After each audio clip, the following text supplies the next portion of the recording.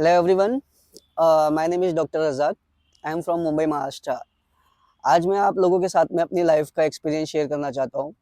जैसे कि आप लोग सभी जानते हो कि हर मिडिल क्लास फैमिली के पेरेंट्स का एक सपना होता है कि उनके बच्चे अच्छा एजुकेशन हासिल करें और लाइफ में सक्सेस हों। उसी तरीके से मेरे पेरेंट्स का भी सपना था कि मैं पढूँ लिखूँ और डॉक्टर बनूँ। कुछ फाइनेंशियल कंडीशंस ऐसी थी जिसकी वजह से इंडिया में अफोर्ड नहीं कर पाए और उसी वजह से हमें बाहर जाना पड़ा। वहाँ जाने से पहले और जाने के बाद और फिर वहाँ से आने के बाद टिल आप अपना एमसीआई एग्ज़ाम क्लियर नहीं कर लेते हो, लाइफ में बहुत सी सर्कमस्टेंसेस ऐसे आते हैं जहाँ आपको किसी के गाइडेंस की ज़रूरत पड़ती है। विदाउट गाइडेंस आप अचीव तो कर जाओगे बट बहुत सी मिस्टेक करोगे। तो अगर कोई अच्छा गाइडेंस मिल जाता है, उससे आपकी जो मिस्टेक्स होने वाली हैं वो बच जाता है, आपकी एनर्जी बच जाती है, आपका टाइम बच जाता है। रशिया जाने के बाद जैसे कि आपको पता है कि कॉन्ट्रैक्टर्स के थ्रू एडमिशन्स होते हैं, तो बहुत से कॉन्ट्रैक्टर्स आपको कुछ-कुछ बातें बताते हैं, कुछ नहीं बताते। वहाँ जाने के बाद आपको पता चलता है कि जो उन्होंने बताया था उसमें से आधी बातें सही हैं, आधी गलत हैं। वहाँ जाने के बाद मेरी लाइफ मैंने रशिया से एमबीबीएस किया हुआ है। वहाँ जाने के बाद में आप जब जाते हो तो आपका सबसे जो मेन पॉइंट है आपके सीनियर्स, आपके कलीग्स का अच्छा होना आपके साथ में बहुत ज़रूरी होता है। ये सब कुछ आपके ऊपर डिपेंड करता है कि आपके सीनियर्स आपको कौन से सीनियर्स चूज़ करने हैं, आपको कौन-सा फ्रेंड सर्कल चूज़ करना है, आपको अच्छे दोस्त भी मिलेंगे, बुरे दोस्त भी मिलेंगे। इट्स अप टू यू कि आपको किसकी संगत में रहना है।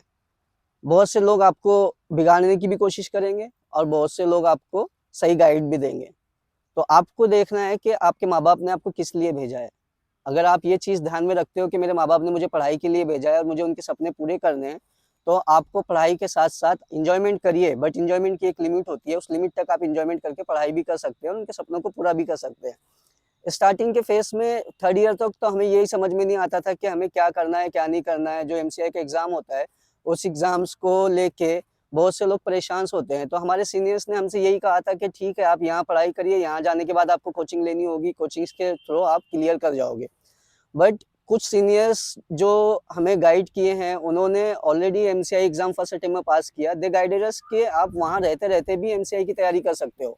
ज़रूरी नहीं है कि वहाँ से आने के बाद आप कोचिंग लोगे तभी होगा।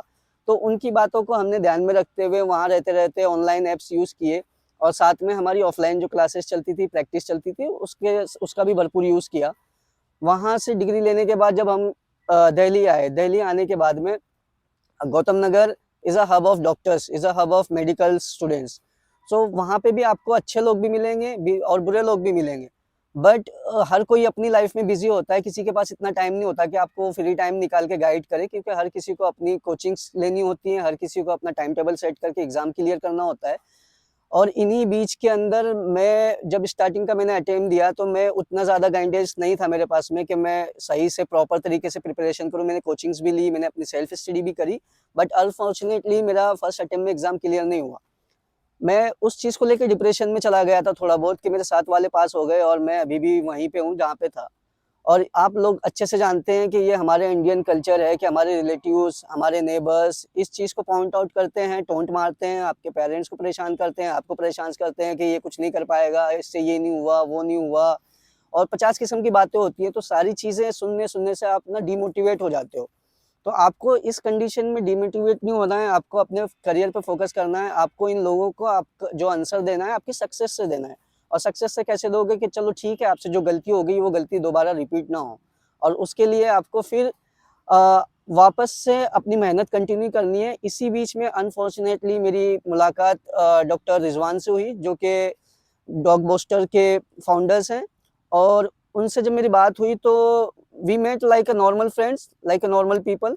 और हमारी नॉर्मल बात होने में बीच में उन्होंने बताया कि मैंने भी एमसीआई पास किया है, मैंने भी रशिया से किया है और उनका जो गाइडेंस था कि मैंने कैसे-कैसे पढ़ाई की, मेरे को कौन से सब्जेक्ट पे ज़्यादा मेहनत करनी चाहिए थी, टाइम टेबल कैसे बनाना चाहिए था, कितना टाइम सोने के लिए, कितना टाइम पढ़ाई के लिए करना चाहिए, ये सारी चीज़ें उन्होंने बताया। मैंने उस चीज़ को ध्यान में रखते हुए और मेरे फ्रेंड्स जो पास आउट थे, उन्होंने भी मुझे इस चीज़ का सारी चीज़ों का नॉलेज दिया था कि आप प्रॉपर तरीके से अगर स्टडी करेंगे, आपसे जो गलती हुई अगर आप उस गलती को दोबारा रिपीट नहीं करना चाहते हो, सक्सेस होना चाहते हो, आपके रिलेटिव्स को, आपके फ्रेंड्स को एक हैप्पी एंडिंग देना चाहते हो, तो उस चीज़ को मैंने मद्देनज़र रखते हुए पढ़ाई करी और finally I clear my exam in a second attempt and I just want to say thanks to everyone, like my friends, my colleague, my relatives, my neighbors, and especially dog booster, Dr. Rizwan. Thank you, everyone.